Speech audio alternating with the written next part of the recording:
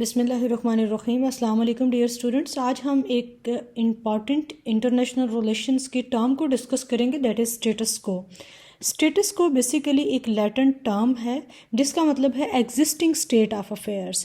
ہم اپنی routine life کے اندر سوشل، پولیٹیکل، ریلیجیس اور ملٹری کانٹیکسٹ میں یہ ٹرم اکثر یوز کرتے ہیں اسٹیٹس کو۔ اگر ہم سوشیالوجیکل سینس میں دیکھیں تو اسٹیٹس کو کا مطلب کیا ہے؟ Current state of social structures and values.